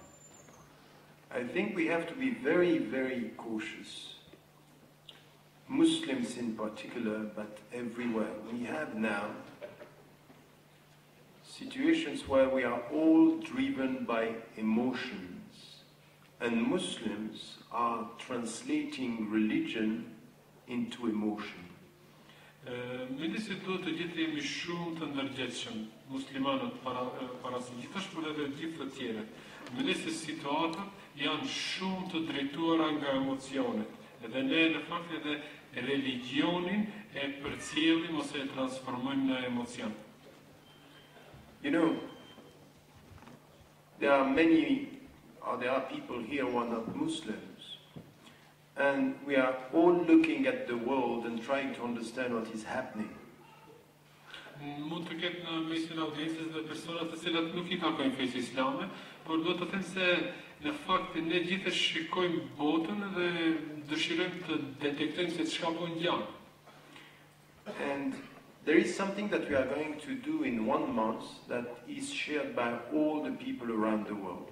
Është diçka që do të bëjmë për 1 muaj, është një gjë e cila përmbahet ose përmbahet në fakt nga gjithë njerëzia e njerëzimi.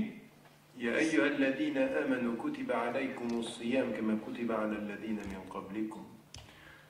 All who attain to faith, the fast has been prescribed to you as it was prescribed to the communities before you.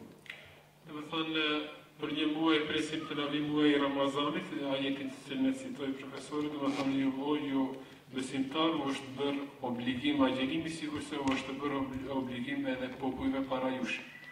You might think that I have lost the topic. Mund të mendoni se tash e kam përzi temën.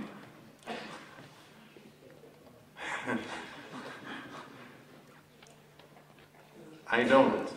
Jo, absolutisht ja. We need to look at the world the way we look at the months of Ramadan. Ne duhet ta shohim botën me sytë e njëjta të cilat e shohim muajin e Ramazanit. The deep spirituality during Ramadan is not emotional. Spiritualiteti, ajo spiritualiteti më mirë të emërtojmë gjatë Ramazanit nuk është i njëjtë me ato emocionet të cilat na kaplojnë në rrethana tjera. It's based on deep faith and accurate understanding of what you are doing and where you are doing it. Bazohet në besim të thellë dhe të kuptuar të saktë të asaj se çka po bëni. It's always the balance between this deep spirituality and understanding. Make your mind. Çdo herë balansi, ekuilibri mes spiritualitetit të thellë dhe të kuptuarit u mundson që ta qartësoni idenë rreth çështjeve. The month of Ramadan is a call for deeper intelligence, not only deeper spirituality. Muaji I Ramazanit është thirrje për inteligjencë më të thellë, jo vetëm për spiritualitet më të thellë. Think about what you are doing by fasting, where you are doing it in your situation, in your country, in your world. Mendoni derisa agjeroni për veprimet, për qasjen, për veprimet tuaja të cilat I bëni në situatën tuaj ose në botën tuaj. We have to be serious about this. Islam and our religion is a call for more intelligence and deeper understanding. Duhet të jemi serioz për këtë çështje. Islami pra feja jonë është thirrje për një seriozitet dhe mirëkuptim më të thellë. And this is the true freedom we have to call for. Dhe kjo është liria e vërtetë për të cilën duhet të luftojmë. When what we call the Arab Spring, what we call these revolutions started, I started by saying, be careful. It might be that things are happening that we don't know. Atë që ne quajmë Pranvera Arabe, revolucioni kështu me radhë, unë gjithnjëherë kam thënë se ngadalë keni kujdes, mund të ndodhin gjëra të cilat ne nuk I dim fare. We need to take a critical distance and to try to think about all the dimensions of what is happening. Duhet të mbajmë një distancë kritike dhe të mendojmë në lidhje me të gjitha dimensionet që po ngjajmë. You said there are two visions. One is internal, that the people freed themselves from dictatorships, and something which is another version, which is it was pushed from abroad by vested interests or specific interests coming from other countries. Bashkësheduesi tha se domethënë ka dy këndvështrime, ose është nga brenda si rezultati I kundërpërgjigjes së popullatës ndaj dhunës udhëheqësve dhe si rezultat I ndihimit nga jashtë, qoftë nga perëndimi ose nga qendra tjera. I think that there were real internal dynamics by people facing dictatorships, poverty, unemployment, that they were against the governments clearly for the sake of dignity, justice and freedom. Mendoj se ishin dinamika të vërteta të brendshme të iniciuara nga popullatët të cilat morën guximin ta kundërshtojnë diktaturën, varfërinë, sistemin e korruptuar e kështu me radhë. And there was what I called not a spring, but an Arab awakening, people thinking now we have to do something against the dictator. Dhe ndodhi ajo të cilën unë nuk e emërtoj Pranvera Arabe, por në fakt e emërtoj Vizioni Arab, të ngritemi dhe të kundërshtojmë diktatorat tanë. Unfortunately, we haven't listened to external voices being able to use these dynamics not for the sake of the people, but for their interests. Fatkeq nuk I kemi dëgjuar ka zërat e jashtëm, të cilat kanë ardhur jo për hir të popullit, por për hir të interesave të qarqeve të ndryshme. Let us be clear and just try to get the picture right when it comes to Iraq.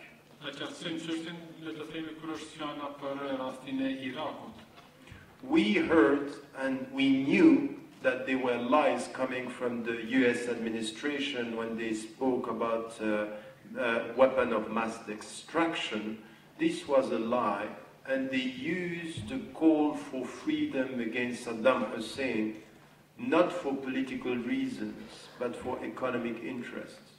Ne gjithë ishim të informuar drejt se ishte gënjeshtër inicimi I intervenimit në Irak, I cili u bë në emër të lirisë, se nuk ishte bazë esencë në lirinë edhe të drejtat e njerëzve, por ishte bërë për arsye ekonomike.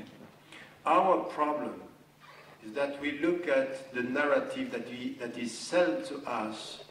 It is sold to us, and in the way we look at it is in political terms. Politics today in the Middle East is not the main factor. Pojta ose problemi është se ne ndjekim atë narracionin, atë përshkrimin që neve na shitet themi kushtimisht. Ndërsa politika sot nuk është ajo që I determinon çështjet në lindjen e afërt. The political system in Iraq is almost nothing. It's fragile. Its divisions is based on sectarianism. There is only one sector that is under the power, not from within, but foreign powers, is the economic sector. Për shembull, situata e tanishme në Irakun e liruar është shumë fragile, është shumë e ndarë, do të thonë kemi ndarje sektare në të gjitha anët. I vetmi sektor I cili funksionon mirë sot në Irak është sistemi ekonomik ose sektori ekonomik I cili nuk drejtohet nga vendasit, por drejtohet nga të huajt. Now you want other examples? Okay, travel with me. Come to what happened and what is happening now in Libya. It's a democracy? No. Libya is a mess in political terms, is under control in economic terms.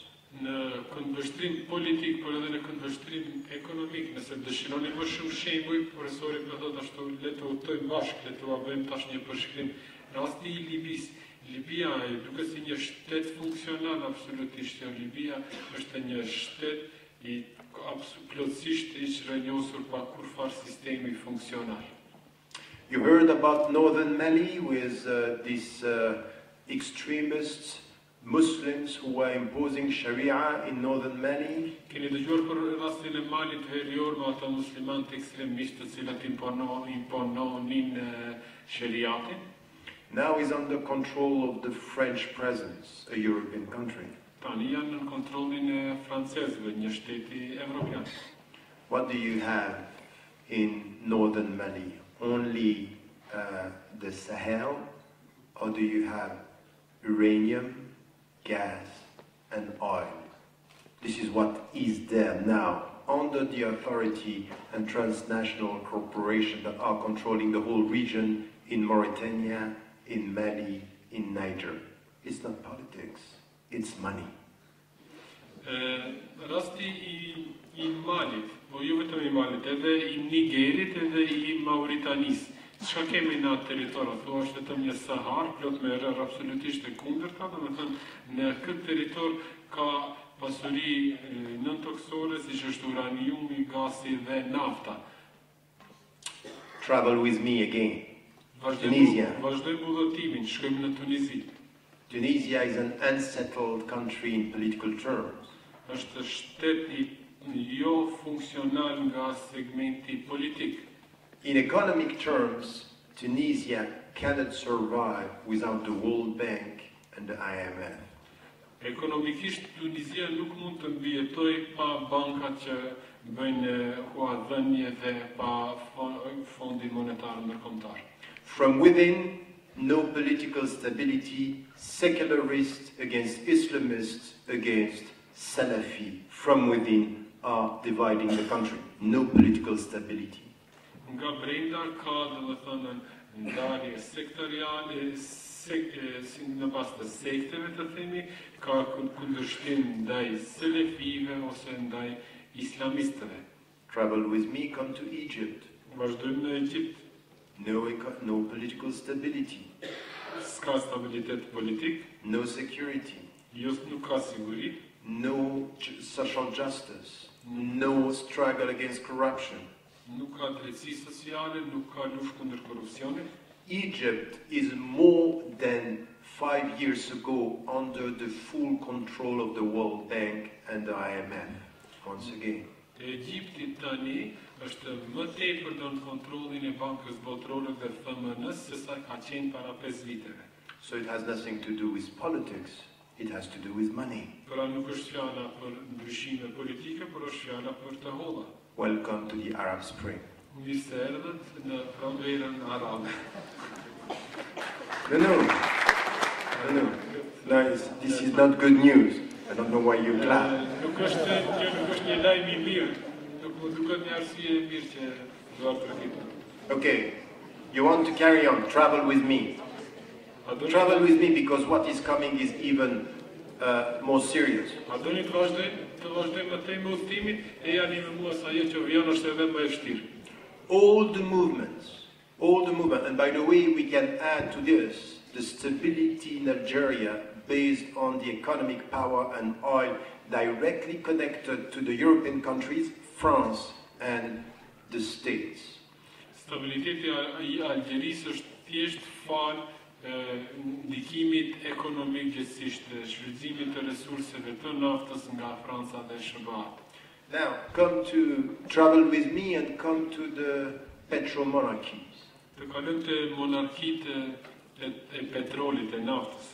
With what is happening now in Egypt, in Tunisia, in Libya, in Iraq, in Yemen, now the governments in all these countries are justified to act against all the opponents and especially the Islamists. Ajo që po ndodh tani në Egjipt, Irak, Libi, Tunizi, Yemen e kështu me radhë, qeverive të këtyre vendeve ju justifikohet qëndrimi ose oponenca ndaj të tjerëve, më konkretisht ndaj islamistëve.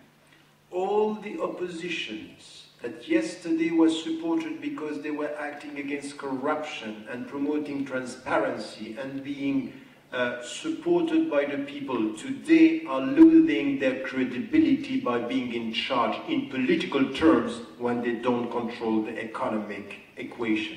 Gjitha ato pushtetet të cilat kur ishin në opozit e kundërshtonin korrupsionin, e kundërshtonin drejtimin e shtetit nga forcat diktatoriale, tani janë lënë pa kurfar force për shkak se nuk e kontrollojnë ekonominë e vendeve të tyre. So now if you look at what is happening in all these countries, and we have to think about the relationship with this. I was from the very beginning, and I said it, cautiously optimistic. I am celebrating the Arab awareness that something could change, but I'm not naive about the economic control that is happening now in front of us. Unë e qish në fillim e kam theksuar dhe jam përmbajtur atij qëndrimi, domethënë kam qenë një optimist I kujdesshëm. E kam pranuar me mirëseardhje rizgjimin arab, por gjithnjë kam qenë I matur nga këta efekte tjera. Add to this, one of the most important challenges that Muslims are facing today, which will be the divisions between Shia and Sunni, and within the Sunni, between the reformists, the Salafi and the traditionalists. Divisions everywhere. Divergjenca është sfida më serioze me të cilën muslimanët e tanishëm janë duke u ballafaquar. Domethënë përmes kësaj po krijohet një jaz i madh mes sunive dhe selefive, ndërsa në gjirin suni po krijohet një jaz i madh mes reformistëve dhe selefive. And what yesterday was unifying us as to the resistance of the Israeli policy in the region, today it's not enough to unify the Muslims. Today Israel is carrying on the colonization of the occupied territories and the world is silent. No one is talking about the policy which is dividing the Muslims, dividing the Arabs, dividing the Middle East, and still the Palestinians are no spring in Palestine.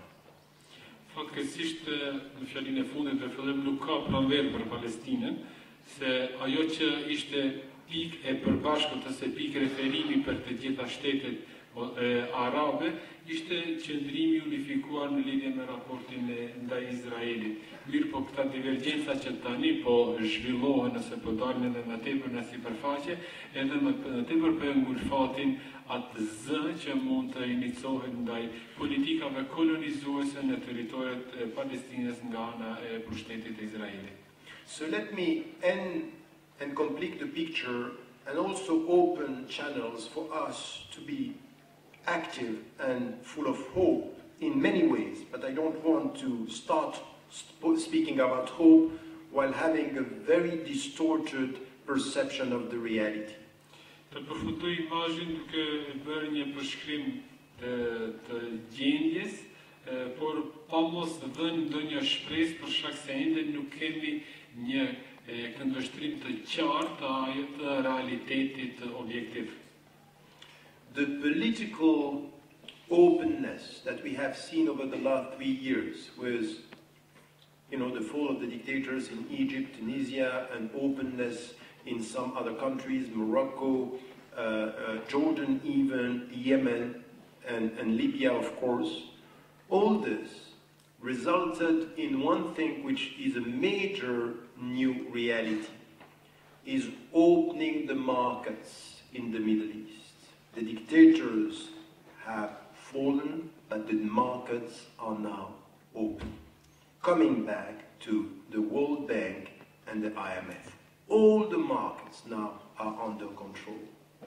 Transparenca politike që u arrit tani, domethënë pas rënies së pushteteve diktatoriale, por jo vetëm edhe në vendet ku bën ndryshimet politike, por përfshir këtu edhe shtete tjera si Maroko, Jordaninë, Yemenin e kështu me radhë. Një benefit I cili në shikim të parë duket si I tillë është hapja e tregjeve, ajo që më herët nuk ishte mundshme, mirë po tërë kjo hapje e tregjeve në fakt mundësoi kontrollet e të mëdha dhe më të madhe të bankës nga Banka Botërore dhe FMN-ja.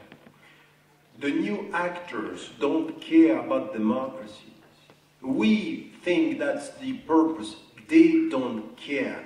Democracy in Saudi Arabia or in Qatar or in Bahrain, they don't care. Democracies in Egypt or in Libya, they don't care. It's a market business. Protagonistëve të ri nuk ja vën veshin, protagonistët të ri fare nuk ju intereson për demokracinë, qoftë Saudi, qoftë Libi, qoftë shtetet të cilat I emërtoi profesori, por thjesht për ata ky zhvillim paraqet një biznes. So now, who is controlling oil? For example, in Iraq, we know about the petromonarchies. This is under Western transnational corporation. Come to Libya, it's the United States, France, Britain, and Qatar. These are the people and the organizations, and they have agreement in Libya. The same is true in northern Mali, as I told you. The same is true now in Algeria with the relationship that Algeria has with France and other countries. Pra, nuk po flas tani për ato monarkitë e naftës, për shkak se ata dihet se cilat janë ato korporata sakta, janë korporata perëndimore të cilat determinojnë edhe tregun e naftës dhe shfrytëzimin e saj, por e kam fjalën për të ndryshimet në shtetet të cilat u bën ndryshimet pas Pranverës Arabe, për shembull në Libi, çështjen e naftës e kontrollojnë Franca, Britania, SBA dhe Katari, e njëjtë situata edhe me malin verior, në cilin e përmendi profesori paraprakisht edhe në rastin e Algjerisë. And then the struggle between the powers in the region with the new presence of China, Russia, the BRIC countries, China, Russia, Brazil, India, add to this Turkey, add to this South Africa, add to this Malaysia. The new actors are struggling for markets and geostrategic presence in the region, not for democracy. Përveç kësaj, do të thënë, betejë është një zhvillim i një betejë së pushtetit.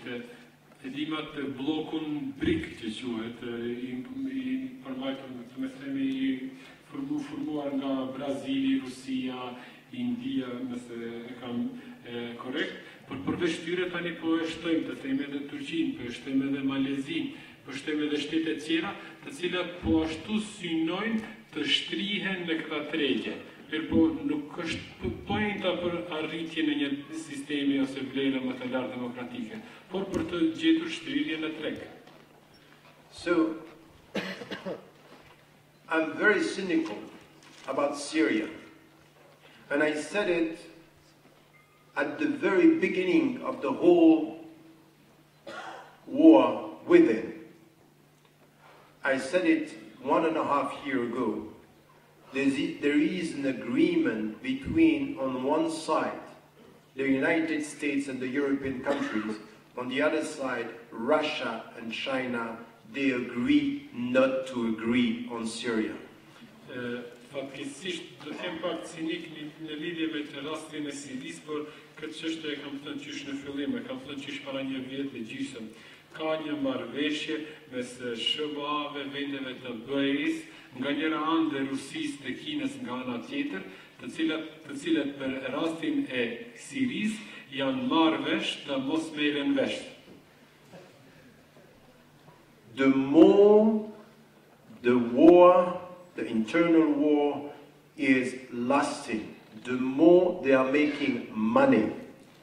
They are dividing the Muslims, Shia and Sunni, and they are protecting Israel.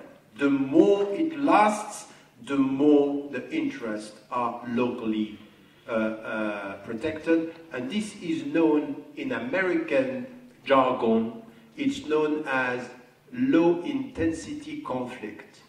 Under control, making money. Në fundit, më thënë, në jargonin ose fjalorin amerikan është një term i quajtur low intensity conflict, dhe më thënë, konflikt i cili nuk ka intensitet të zgjerohet, mund të lehtë të menaxhohet, dhe prandaj sa më tepër që zhvillohet lufta e brendshme, lufta civile në Siri, aq më tepër shtohen përfitimet e këtyre fuqive të mëdha të cilat dëshirojnë të ngelet situata e tillë, dhe aq më tepër fuqizohet ndikimi i Izraelit. So my last point is, okay, all this picture is not very positive.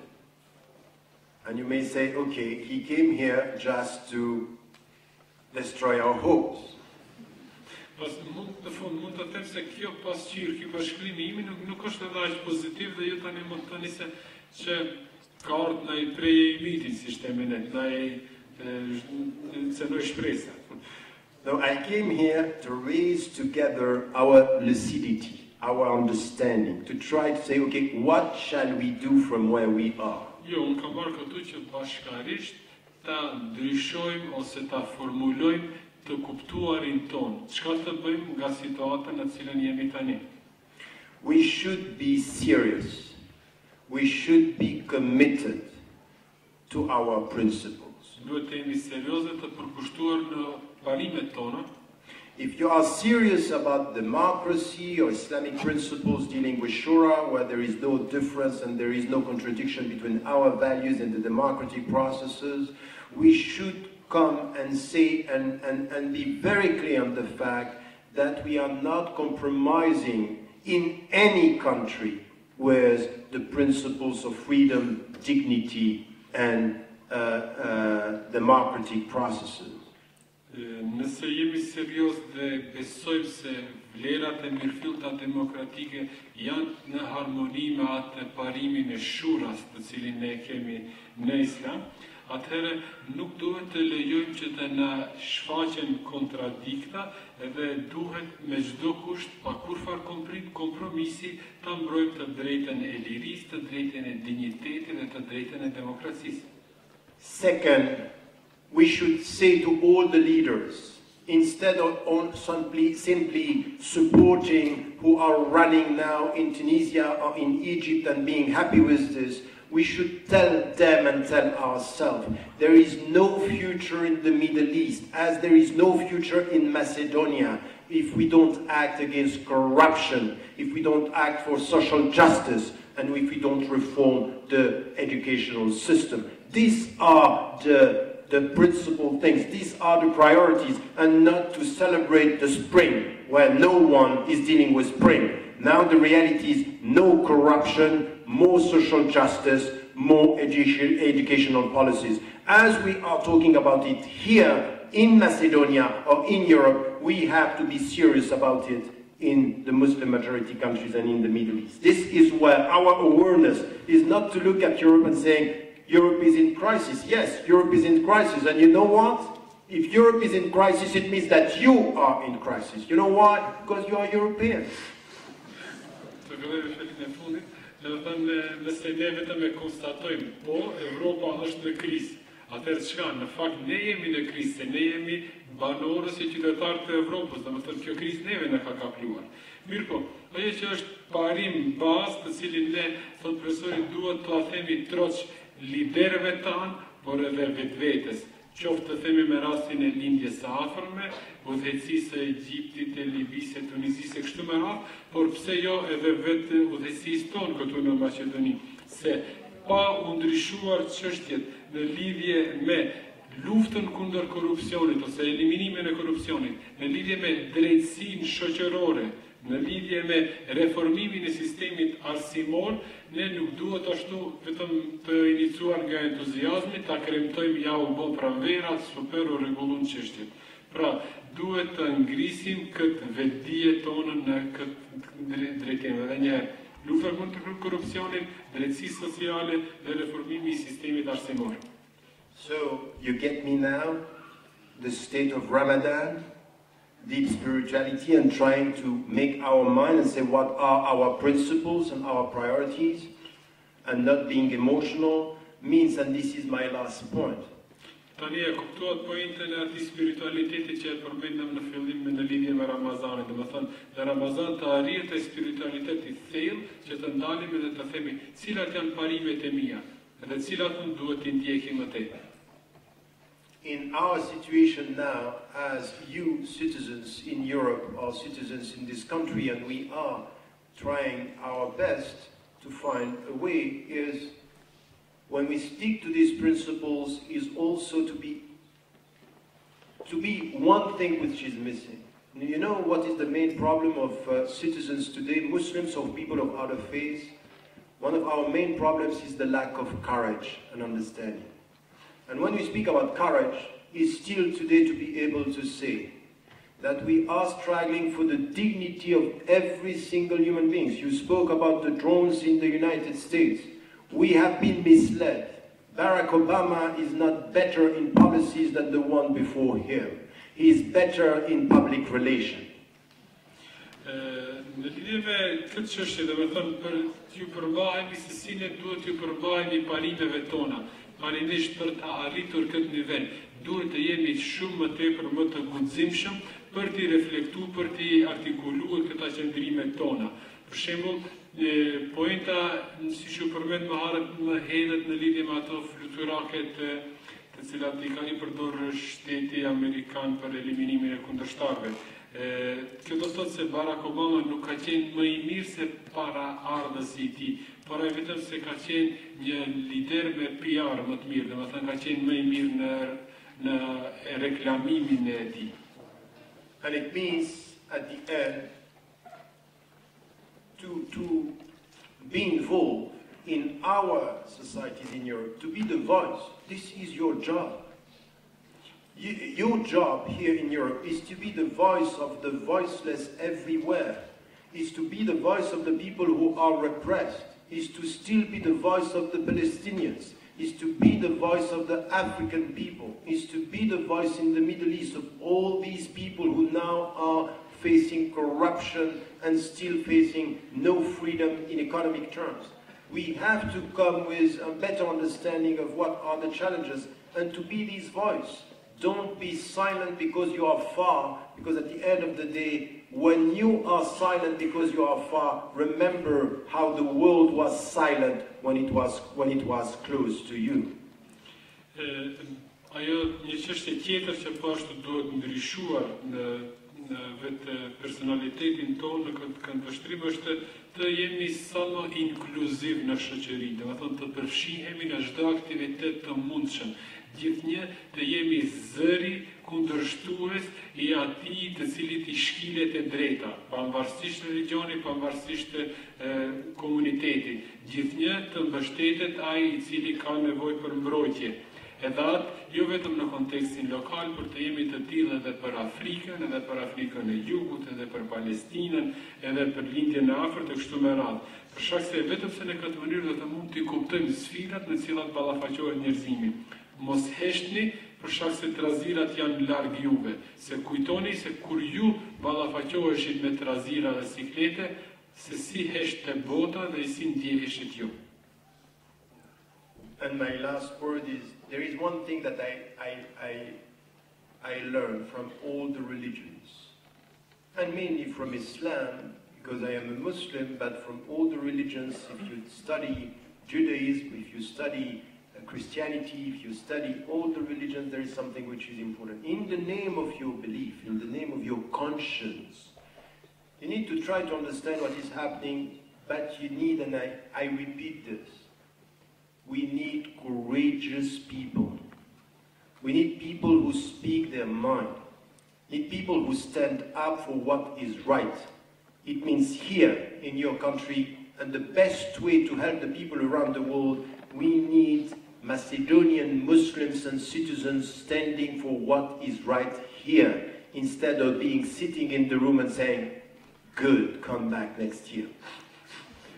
Dhe krejt për fund, dhe më kishte fjalia e fundit të profesorit, thotë se atë që e kam parë në të gjitha religionet, me që se është musliman normalisht edhe në fenë islame, por edhe në judaizëm, në krishterizëm, në budizëm e kështu me radhë, është zhvillimi i ndërgjegjës së brendshme, i koshiencës personale, për t'i kuptuar drejt ndodhit dhe fenomenet me cilat mund të ballafaqohemi. Dhe kur të arrim atë nivel që t'i kuptojmë gjërat drejt, atëherë duhet pasur guximin e duhur në mënyrë që të mbështetet e drejta gjithnjë dhe çdo kund. Dhe nëse arrim këtë nivel, atëherë do të vërejmë se jemi qytetar aktiv dhe funksional. Përndryshe nëse vetëm qëndrojmë mbrapa dhe themi shumë bukur, mirë, presim prapë vish vitin e ardhshëm ose mirë e keni bërë punën, atëherë definitivisht vetë si individ marginalizohemi nga dukuritë e botës. Me ka që përfundoj profesori ekspozen e tij. So, Professor Ramadan, thank you as well about your expose and about your meticulous explanation of Arab Spring and, as you named it, Arab Awakening. As I see my clock from my cell phone, it seems that we are a bit running out of time, but we will stretch a bit the conversation in order to give the floor to our audience. Dhe më thonë, mund të merrni dikush prej djemve ka mikrofonin dorë, mund të shpërndaj, por me qenë se veç po na kalon koha, mirë që jemi ma konciz, ma të përpikt dhe mundësisht për temat cilat kanë të bëjnë me debatin. Urdhëroni, mirë është të prezantoheni. Sulejman Çerkezin nga Prishtina. Sulejman Çerkezin from Prishtina. Për respekt për mbrëmjen kam dhe të audiencës.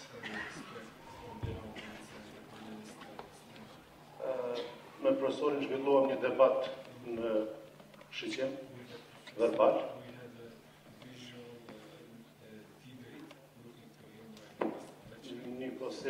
Njëkohësisht emocionet të cilat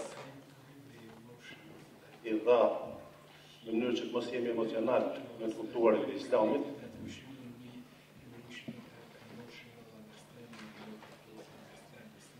Profesori ishte më emocional se sa herave të tjera.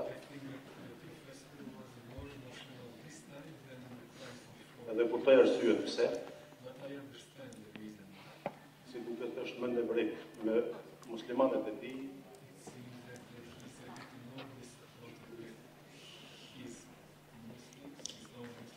Dhe nga porosia që të jemi më të ftohtë në gjithë kundërshtimet,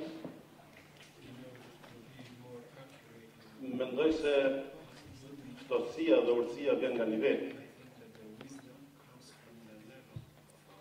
Besoj që neve muslimanët kemi nevojë të mirëmi me Islamin tonë ose të ngrejmë nivelin në mënyrë që të jemi më të urtë dhe më të madh.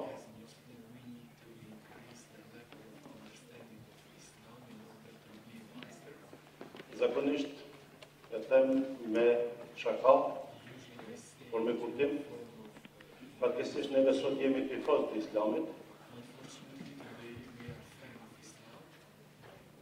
Duhet të trakasim me emocione çdo lëvizje Islamit. Kësaj qof nga lindja e marrim me përtypje çdo lëvizje Islamit. Dhe marrim me kritikë të madhe çdo lëvizje që vjen nga perëndimi. Dhe asnjëherë nuk parrim që të bëhemi lojtar të Islamit.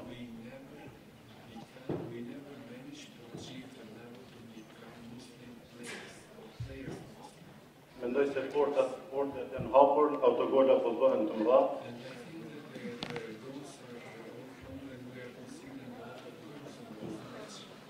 Dhe mendoj se autogolat po bëhen pikërisht për shkak të ndarjeve në mes shijave dhe mëdhëveve të shumta të cilat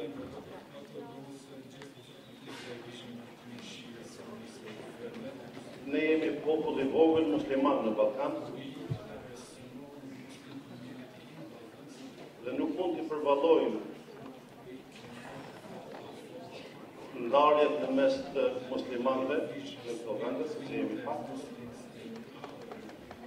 Dhe fatkeqësisht nuk na kursejnë as pak.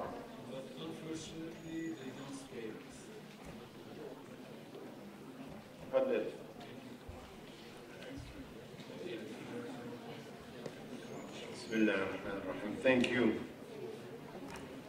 Look, there is a difference between reacting emotionally without understanding and trying to understand and being emotional about what we understand.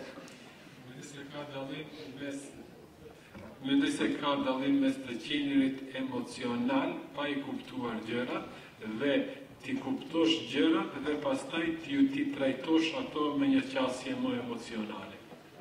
So I am emotional, not because I'm disappointed. I'm emotional even when I speak about things that are deeply rationalistic. My point was not this.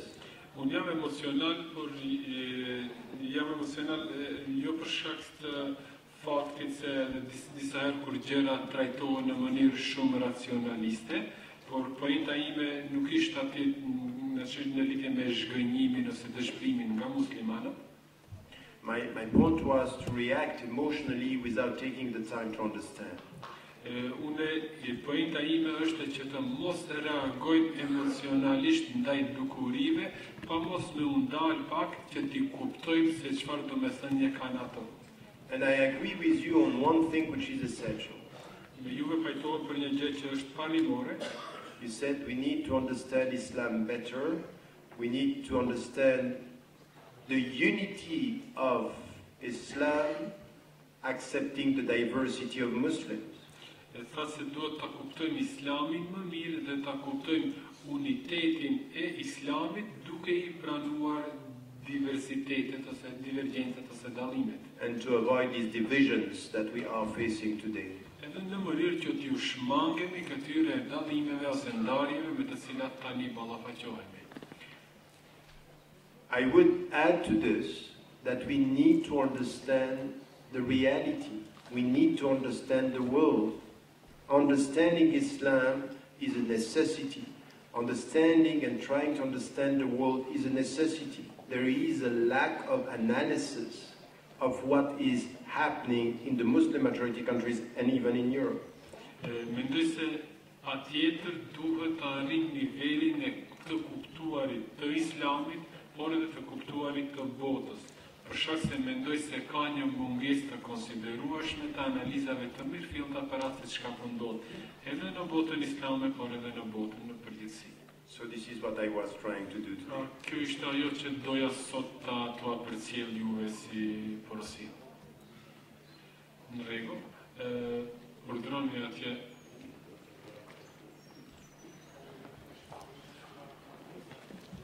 Pritni një sekondë ma sjellim mikrofonin. Një falënderim shumë të madh për profesorin. Megjithëse ndoshta nuk e kemi dhënë atë që e ka merituar si profesor shumë I madh.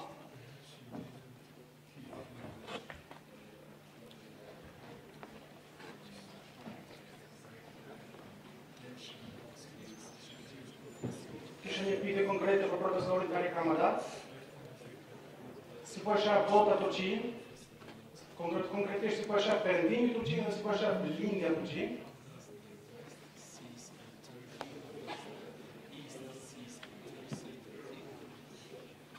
Dhe në këtë rast kisha thënë kush është babaja apo vëllai I muslimanëve, cili shtet apo ka ndonjë shtet.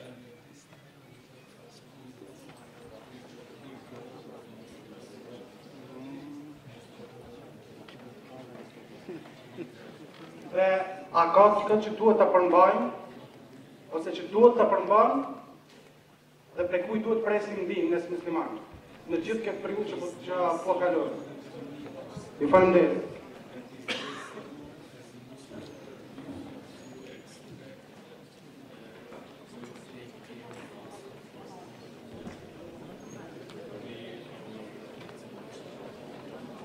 So, are you tired already? Jemi lodhur. So why are you talking? Se po flisni atë. Let us go for this question, and I think that you might add also something about Turkey, about the way the West or the East is considering Turkey. Look, there is something which is very important that is happening with the role of Turkey now. Over the last few years, Turkey, which was asking to enter into the EU, changed its strategy by being much more directed towards East and South. Në lidhje me atë si e shikon perëndimi ose lindja e Turqisë, me thënë roli I Turqisë viteve të fundit gjithnjë më tepër ka qenë më I rëndësishëm në arenën botërore, edhe pse një kohë të gjatë domethënë priste që të antarësohet dhe të pranohet nga BE-ja, tani Turqia po e aplikon një strategji tjetër duke u shtrirë më tepër në lindje dhe në jug. Almost 40 embassies that were set in African countries, a new relationship with China, with India, with Malaysia, with Southeastern Asian country. So I think that we need to also consider the fact that Turkey is playing a very new important role in the Middle East, but in the world today. Vetë fakti se viteve të fundit ka hapur më shumë se 20 ambasada në Afrikë, është shumë hapur drejt Kinës, drejt vendeve të Azisë së Jugut dhe drejt vendeve të lindjes së mesme. Kjo do të thotë se vërtet se Turqia e ka fituar një epitet ose ka krijuar një imazh tjetër në botën e sotme.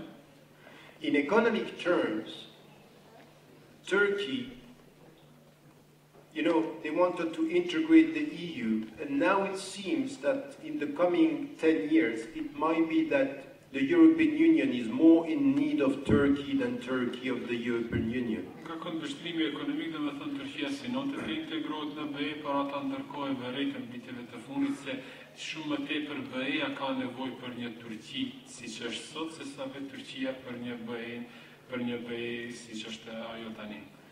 Now, I don't want to add to this, but surrounding Turkey, the situation is very unstable, as we said in Syria, and as you know, Turkey started again the relationship with Israel recently after they solved the problem. So there is a geostrategic here reality that we have to take into account. Është fjala për një realitet të ri geostrategjik të cilin duhet të marrim parasysh për shkak se edhe vetë rretha ose ambienti me shteteve me të cilat Turqia kufizohet, është i tillë. Siria veç është një shtet i cili është i futur në një konflikt që është në vazhdim me sipër, nga ana tjetër